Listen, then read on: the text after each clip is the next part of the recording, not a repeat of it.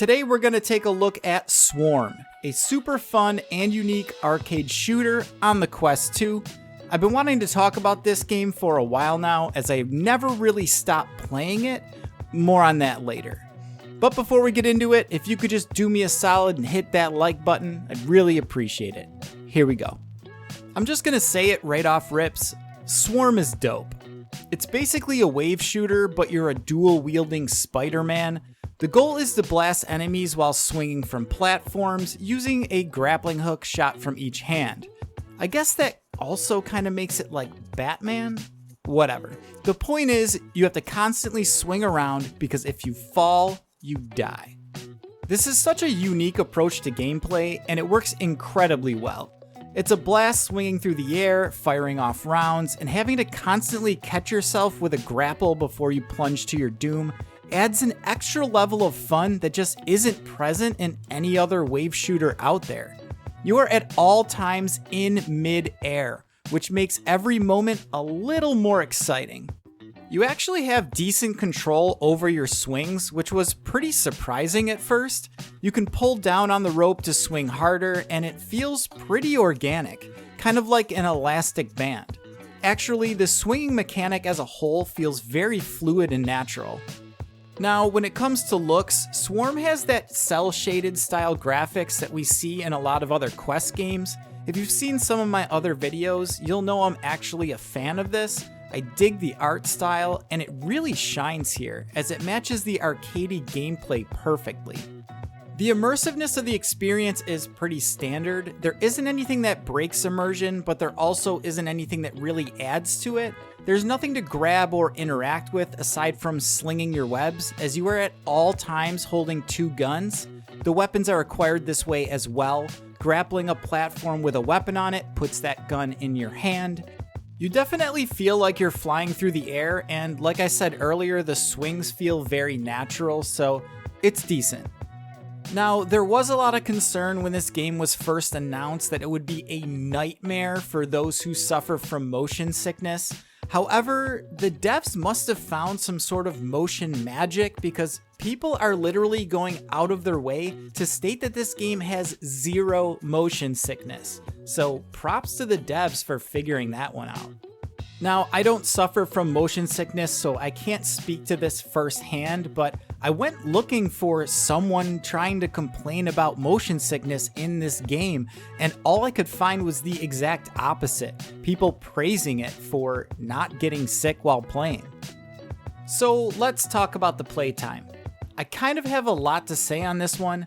The game has 5 zones, each with 5 levels, which consists of 4 wave-style boards and an epic boss fight. 25 total levels, I think. I've actually never made it to Zone 5 because the game gets really difficult, at least for me. Around the end of Zone 3, beginning of Zone 4, the waves really pile on, and there's a lot of stuff coming at you. This isn't necessarily a bad thing. I actually really enjoy the challenge, and it's part of why I continue to play this game to this day. I could just turn down the difficulty to casual mode, but the thrill of finally beating a level after it's been crushing my soul over and over is part of what I like about this game. Maybe I just suck ass at this game, but I'm not the only one who has commented on how hard this game is. The beginning levels are easy as expected, and it gets substantially more difficult as you progress. Do with that information what you will. If you're looking for a challenge, this game could be it. Okay, it's time to talk about the big drawback of Swarm, and it's a little disappointing. Updates. There basically has been none since launch. There is a multiplayer beta, but it's been in beta for what seems like forever, and when I join into it, it's just a wide open play area with what seems like meetup spots to start different game modes. I'm not really sure, but whatever this is, it's not the multiplayer you would expect, especially when the game touts having multiplayer beta in the load screen.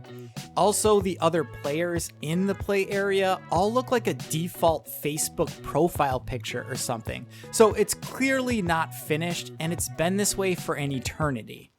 Anyways, just know that the base game may be all you'll ever get, There's nothing about the single player experience that's broken and needs to be fixed or anything, so just take it at face value. So in conclusion, would I recommend Swarm for the Quest 2? Yes.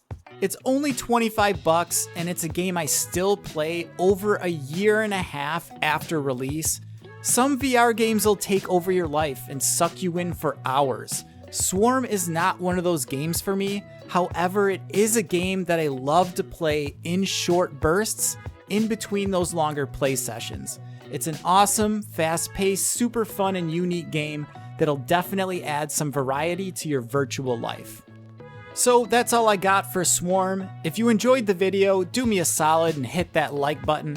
It really helps out the channel and it's a free way you can show your support. You can support the channel even more by leaving a comment. Let me know your thoughts on the lack of updates. Should devs be required to update a game to add content? Or if the game works fine, it's okay to leave it as it is? I'm genuinely curious because I'm kind of in the middle on this one. Don't forget to subscribe to the channel for more of these genuine reviews. I always try to give the good and the bad as honestly as I can to help you make good decisions with your virtual dollars. If you enjoyed this one, check out my 2022 review of Superhot, popping up on your screen right now.